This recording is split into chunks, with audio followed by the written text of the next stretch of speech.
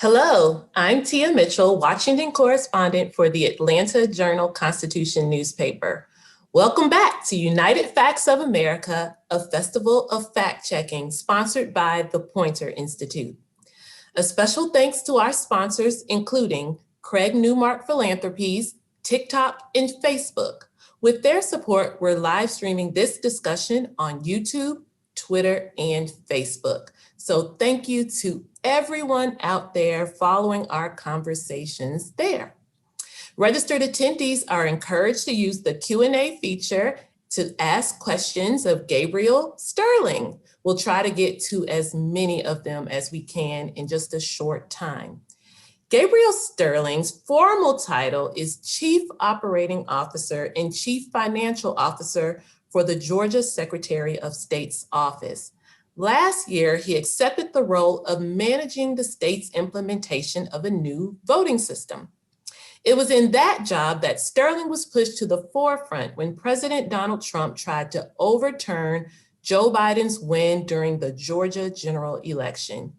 Gabriel, a lifelong Republican, was adamant that the state's election was void of fraud or mismanagement, and he often fact-checked false or misleading statements made by Trump and his supporters. He was and is the face of Georgia's election system. So again, we want to remind you guys to pose any questions you have for me or for Gabriel, and use the Q&A feature. We welcome your questions and your comments. You can also use the chat box as well to make any comments you want to make. So, as a journalist for Georgia's largest newspaper and someone who covered the 2020 election, I was really interested to watch Republican leaders like Gabriel push back on his own party's leaders to defend the integrity of Georgia's election. And so it became really clear that there were limitations to the impact of his words, even among fellow conservatives. And so I want to talk to him. Hello, Gabriel Sterling, how you doing? I'm good, Tia. How you doing? Good. It's so interesting. This is our first time, as much as I've written about the election and as much as you've had to do with the election, this is our first time talking. Well, it's a function of COVID to a degree. You're up there in DC as well, I believe. So very true. Yes, I am. So the first question. I'm here in God's country, not up in that crazy ass place that you live in. Well, let's United Facts of America. We are a united country. So the first question I wanted to ask you is, take me back to November 2020. Georgia's a battleground state. We knew the results would be close, but when did it first occur to you that the Republican reaction to Joe Biden winning Georgia was kind of going off the rails and crashing into the forest of misinformation?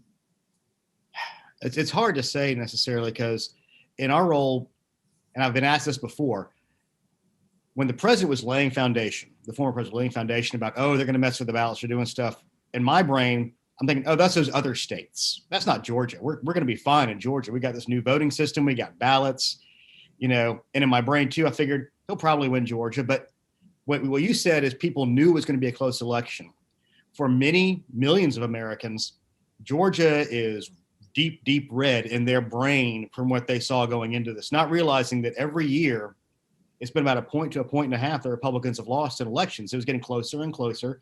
I mean, the reason Georgia got on the electoral map as far as a battleground was because Stacey Abrams came within 55,000 votes of being governor. That in and of itself should have sent a message to people it was going to be a close election.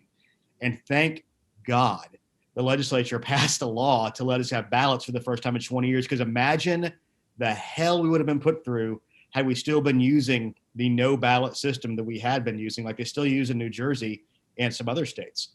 So November comes around, and to give some context to this, realize in June, when we were in the deepest of deep COVID, and Fulton County, which has been our problem county for elections for decades, they always have problems. They had a real bad election day in June. There were 70% of our issues. And for those who aren't from Georgia, that was the primary that got pushed back because of COVID, but June was the primary for, state elections and congressional elections and things like that. And the it didn't go well at that point, because the president's preference was supposed to be in March, and we were 2 weeks into early voting, and we pushed it to May. And then we took the May election, which was supposed to be the general primary and the president's primary. We pushed it to June. It was literally the latest we could do it and still meet the constitutional calendar to get our electors in. People want us to push it further. Like, we can't. We cannot go any further back. So it was a really bad election in June. So our main focus was to have few, if any, lines and really good use of pre-election day voting. And on election night, it was fantastic because we had no issues on election day. There weren't any lines. Like, our average wait time statewide throughout the day was 5 minutes. And this was November. Now we're in November and things are going smoothly. So we're focused. I'm basically almost in victory lap mode in my brain because everything went great. I mean, the election, the mechanics of it went great. I mean, we literally had one polling location that got to stay open late because, for those of you who aren't familiar with Georgia, Ware County is one of the most southernmost counties in the state. It's in the Okefenokee Swamp.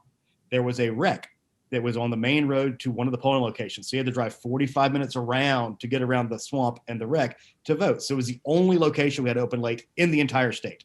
So from our point of view, it was fantastic. Our results were coming in quick. It was just going pretty well. Around the next day, I've been involved in politics in Georgia for over 30 years. And after you do that for a while, you kind of have a gut feeling for where numbers are and you kind of know where votes are. And I sat down and ran the numbers. So about 3 or 4 o'clock in the afternoon of November 4th, I brought the staff together and said, okay, it looks like the president's going to lose by about 10,000 votes. So let's just be ready to have all our ducks in a row and get everything straight. And to your question of when it started going into crazy town, neither the Biden team nor the Trump team knew for sure who was going to win Georgia. So neither one of them could attack us for about a week. So we had sort of a reprieve for a week to kind of get everything pulled together. And then they were laying foundation out there again, talking about stolen votes and stuff. But when we knew it really had hit a level that we had not in a million years anticipated, was when I got a text from somebody on the Senator Loeffler campaign with a statement saying Senator Loeffler and Senator Perdue called for Raffensperger, my boss's, resignation for, a non-transparent failed election. I'm like, I texted back, haha, funny, whatever. Like, no, this is getting released in 5 minutes. I'm like, what? So that was when we saw it really hit the fan. And that was literally the day that the secretary's wife began getting violent death threats. And that's when it started for them. And for me, it started a couple of days later.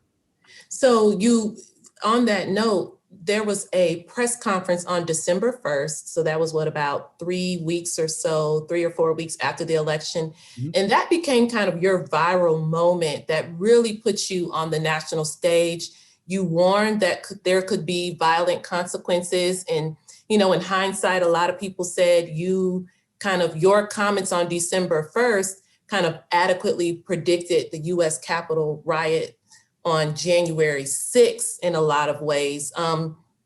Did you anticipate being so impassioned that day? What do you remember as you walked away from the podium after making your comments? What do you remember feeling? On some level, it was cathartic, but at the same time, and I said this before, my title is Voting System Implementation Manager. No one should know who the heck I am or care.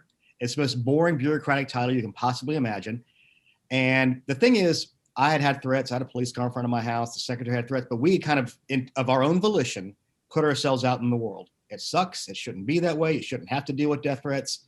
I remember I ran into somebody in my hometown and said, hey, have you gotten to a regular level of death threats yet? I'm like, well, in America, it ought to be 0. So no, not yet at that point. So I walked away from it and I knew I'd done the right thing because the straw that broke the camel's back that day was I'd gotten a call from the Dominion project manager. Dominion is the voting system we use. And she was not somebody who's easily flustered or rattled. I mean, she, MIT, MBA, Naval Academy grad, served. I mean, nothing was going to fluster this person. And she called me, her voice was audibly shaken because she was telling me about the young man, the young tech, the contractor they'd hired, whose name had been put out there, had a unique name. So even his family was being harassed at this point with these QAnon crazy people putting it out there. And I said, okay, I'll look at it. And I went through Twitter and I looked at it and I saw this, the young man's name, you have committed treason. May God have mercy on your soul. It had a gif of a noose just slowly swinging. And I was like, I'm done with this. I'm finished. And I talked to my direct boss, Deputy Secretary Jordan Fuchs, and said, we have to say something. We have to take a stand. We got to say something about this. She says, like what? I says, I don't know, but just let me go and do my thing. So she called the secretary and said, well, kind of walked him through what had happened. Said, Gabe really thinks we should say something. He goes, yes, of course, go ahead. And if you've watched any of my previous press conferences, and at that point, this was the other frustrating thing about, the call for a resignation. We were being so transparent. We were having 1 and 2 press conferences a day, explaining the vote, showing people what's happening, beginning the process of dispelling the disinformation and misinformation that was going on out there. So when I had the moment, I didn't know what I was going to say. And it was funny. I talked to my mom after that. She goes, ooh, you were pissed. I'm like, how'd you know? She's, the second you walked at that podium and ripped off that mask, mama knows. So I didn't know what I was going to say. And I didn't know I was going to call out the president so specifically as I did, or the senators. But at that point, once I started, it flowed and it made sense to me. It was the right thing to do. And I said at the time, this is elections. This is the backbone of all of democracy. And in retrospect, I've had a chance to look at it. I mean, a lot of this questioning of outcomes began in 2016 because Trump wanted it. Everybody's like, how the heck did that happen? So that was starting on one side. In fact, if you still poll Democrats today, there's a large percentage that believe Russians hacked machines and switched votes. No evidence that happened, but that's still a belief of that. In my home state, the previous Democrat gubernatorial candidate has still yet to concede and says the election was stolen. So the last 2 election cycles in Georgia, the person who lost the highest profile race have yet to concede and says the race was stolen from them. And to me, all these undermine the belief in elections. And the reason we have ballots is so we can avoid bullets. We have to have faith in the systems we have in place. They are boring systems. I mean, one of the best decisions we made, if you remember one of the early disinformation, misinformation, crazy town conspiracy theories, was that the Dominion voting machines were flipping votes. We already had in the law, it was already in the law, we were going to do a risk limiting audit. We just had a choice of the secretary got to choose which race we would do. We kind of sat around the table and said, well, if we do anything other than the presidential, it's a cop out. It's going to prove that the machines worked. So we did that, and we said we're going to do it. We're going to hand count 5 million votes in 5 days, and we did. And it showed that there was, in the number of ballots, they were off with human beings counting it by 0.1053% and off in the margin by 0.0099%, which is essentially spot on accurate, absolutely showed that. So one of the great things about that was when we did that, that took away, at least from the elected officials' minds, the whole idea that Dominion voting machines had anything to do with this. Now, there's still people out there to this day, even yesterday, over the weekend, there are people still talking about Dominion voting machines flipping votes. We got to get rid of Dominion. I mean, it's just, which is the reason they've sued Sidney Powell and all these people for $1.6 billion. So I do want to just briefly, do you really, Stacey Abrams did not use the word concede, but she acknowledged Brian Kemp as the winner. She did not question, she didn't say there was someone switching votes. She was criticizing the system itself and decisions that the Secretary of State's office has made. Do you really think Stacey Abrams refusing to use the word concede is the same as stop the steal by President Trump? On a level, no, it's not the same. Obviously, he's the president. He has a higher responsibility and a higher moral authority, in my opinion. But the undergirdings on both sides, yes, they are morally equivalent. I know that rankles many, many people. But I said this at that same podium. I said, for those of you who love me saying there was no widespread voter fraud, by the same breath, I know there was no widespread voter suppression. Now, psychologically, it's tactically dumb for the president and Republicans to say your vote doesn't count, because what does that make people do? Makes them stay home. What happened on January 5th? People stayed home. Psychologically, when people tell you they're suppressing your vote, it makes you say, oh yeah, I'm an American, I'm a human being, I'm gonna go do it even harder. And we have, from all the lawsuits that Stacey Abrams and the Democrats have filed in this state, we have discoveries showing that they poll tested voter suppression. And then we have a memo from 2014 saying they were going to use that to help turnout and do those things. My issue is when either side undermines and says the election is being taken from you, there are decisions we made to discount your vote, or your vote's not counting. All of that as a theme, it's not based on reality, it's based on politics. And it undermines people's faith in the long term of the system. And what we don't need to have is the losers continually saying anymore that they used to say, I concede, okay, I'm going to move on, I'll fight in 2 years. They're telling their supporters, you have been robbed, you have been wronged. And what they're doing is they're making more of an enemy out of those people who live down the street from them, who go to the same grocery stores as they do. And in this time where social media is becoming ever more antisocial, and our enemies are out there with bots out there, even just accelerating it even more, taking that misinformation, disinformation, and spreading it more. Like on my own thread this weekend, I noticed I know there were 2 bots, and they were arguing back and forth. One had 0 followers, one had 3. And they were using the most vitriolic language, arguing back and forth on my own page. And giving breath and oxygen to this from people who are in positions of responsibility. What we need is adults in the room to bring the rhetoric down and look more at, what are the actual things we can do to make people vote better? What are the things we can do to make people have that faith and understanding in the system so that when they lose, and guess what? Many of us who are on this Zoom have been doing this for years, or maybe you've been in it for a little while. You're going to win and you're going to lose. You never always win. That's not how the world works. It's not going to be that way. So you have to be mature enough and adult enough to know, guess what? And this is one of the problems I have with many of my Republican colleagues. They got their butts whipped on turnout models. They didn't do the work they needed to do. A lot of people were resting back thinking Georgia's a red state and we're just going to win.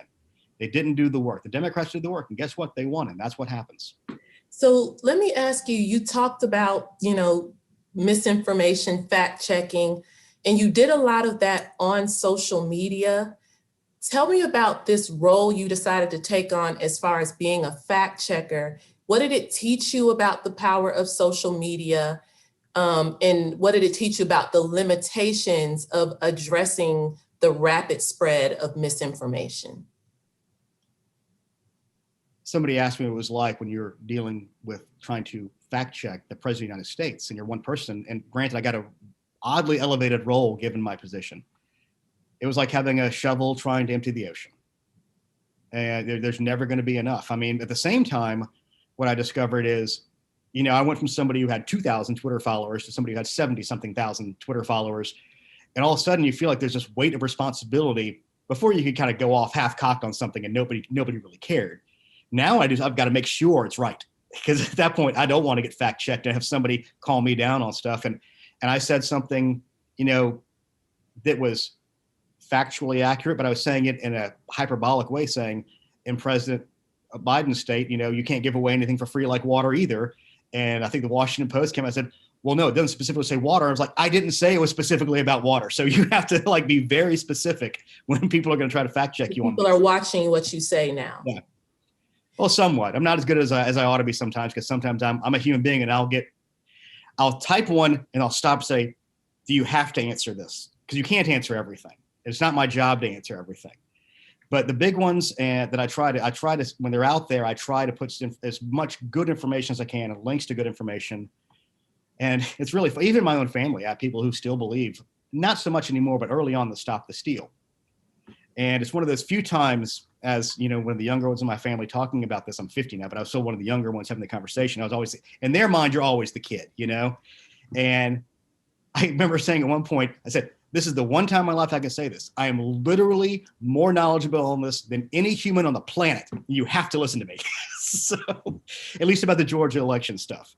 So it's very rare you have that level that you can feel confident in, but it's never easy. And the problem, here's one of the things I want to make people understand. There's millions of Americans who still believe in the stop the steal. They just do. And there's going to be very little evidence we can do to show that to them. And a lot of people have asked, why was SB 202 necessary? And I've said, because those millions of Americans have just as much a right to feel confident in their elections as people you agree with.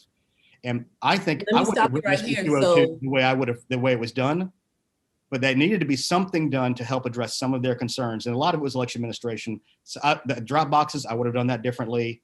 That was the biggest one I thought out there. But a lot of the stuff in there was regular election administration. So, and you're talking about Georgia's new election law. And I think there's actually a question in the chat about that. You have defended the state's new election law as necessary. And it sounds like you're saying it's necessary to address those who are currently distrustful, those folks who believed in Stop the Steal, you think the law was for their benefit? No, it's not just for them. Let's be realistic about this. And this is one of the reasons I want to kind of calm the rhetoric down. Regardless of the outcome of the election, we were going to have an election law because we had a brand new voting system we were going to learn things from. We had COVID-19 we were going to learn things from. Now, this specific law would not have been written this way had the president of the United States won the election. No doubt. It does not take away from the fact that there's many good things in this law. And I didn't defend the whole law. Let me make that very clear. What I was saying was it is not Jim Crow 2.0. That is a ridiculous hyperbole that goes too far. And it's the kind of rhetoric that is irresponsible and leads people to distrust all sides again. When the president said it was Jim Crow on steroids, it was terrible. When other people have said very similar things, it's unnecessary to attack everything all the time when there's most of this bill is boring election administration. So we're actually getting, time flies, we are getting to the end. I did want to ask you one more question in our final minute or so, and it's about, Republicans are distrustful after 2020, Democrats are distrustful of the new law that was passed. They were distrustful, as you mentioned, after 2018. What should states like Georgia be doing to restore trust, particularly among, the Republicans who are so distrustful, but in general, what could be done to restore trust? And again, we only have about a minute. Transparency, audits. The main thing to do is have very open audits. And I was disappointed at SB 202 that it did not have more randomized audits of the paper ballots. That's one of the most important things you can do to prove these things happen. Another thing that we did in the law, which I think is a good thing, before we had election workers doing a lot of this stuff. And what we're going to do now is we're going to have one Republican and one Democrat in there to make sure they're watching these processes. And I encourage everybody to be a poll worker. Learn the process, learn those items, and realize that a lot of these things make sense once you're actually doing the work. It's just going to take time. The problem is the incentives are all wrong on both sides. The incentives are there on the left to talk about voter suppression because they raise money and get people turnout. The incentives are there on the right because they raise money and keep the base whipped up. The incentives are all backwards. I'm not smart enough to fix that, but I do know this, that the people who are engaging in it have zero reason to stop. So they did give us a few more minutes. So that allows me to ask you a little bit, one more question. I'm going to close on that really hard point, Tia. Come on.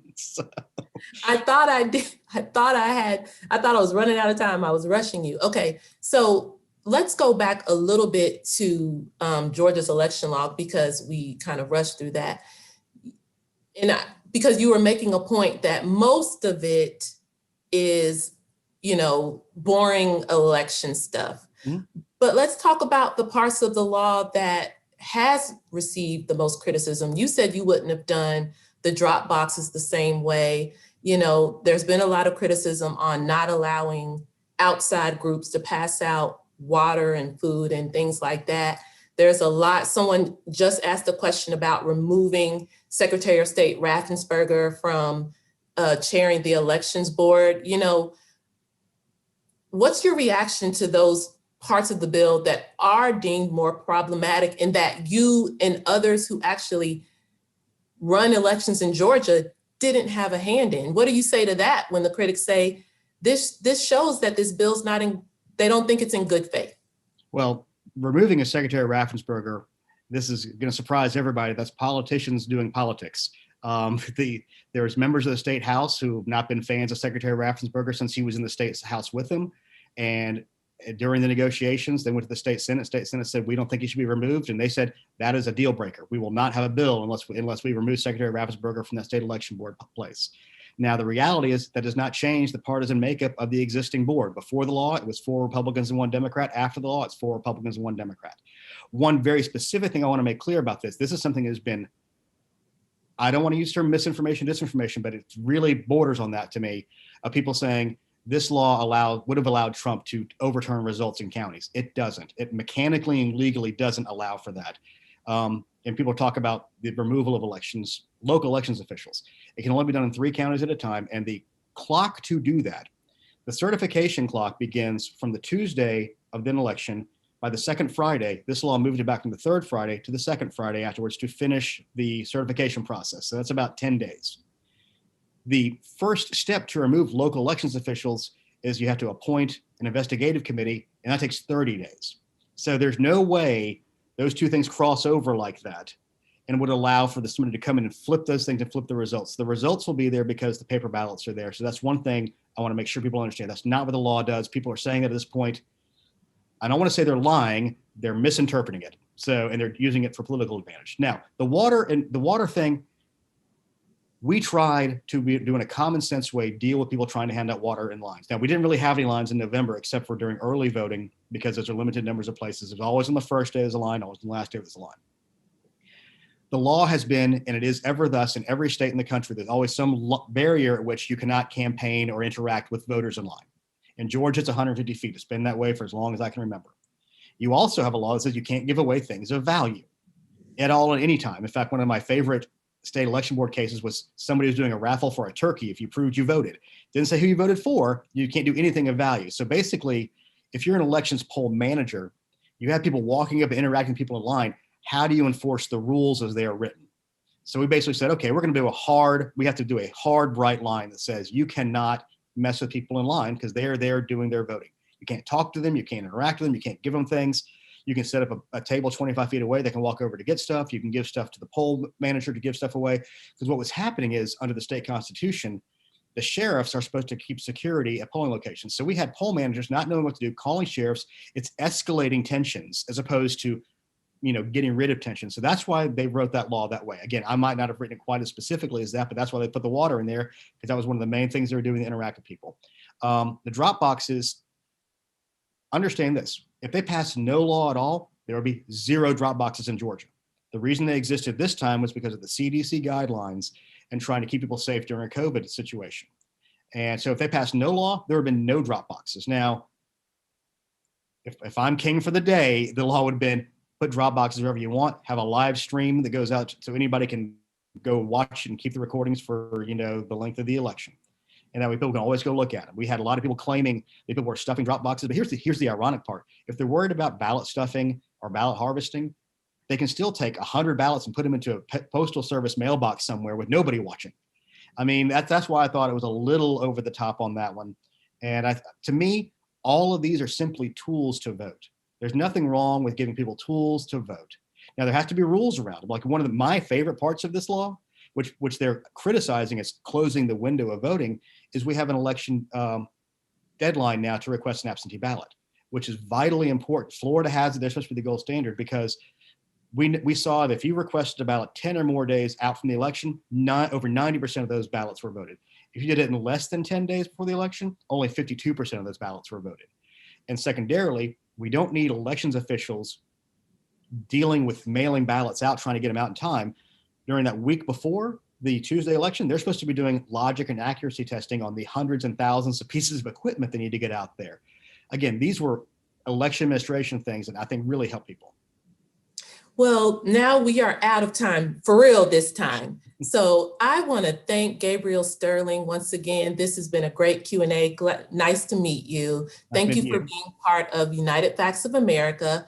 Coming up, we're going to have PolitiFact Editor-in-Chief Angie Holan is going to be joined by Charlie Seitz of The Bulwark and his book, How the Right Lost Its Mind. But first, we want to highlight some of the good work happening at the Poynter Institute through its MediaWise project. So here's Heaven, who you met a little earlier, walking you through some important media literacy tips with a special twist. You have to watch and find out. Thank you for being a part of our Festival of Fact Checking.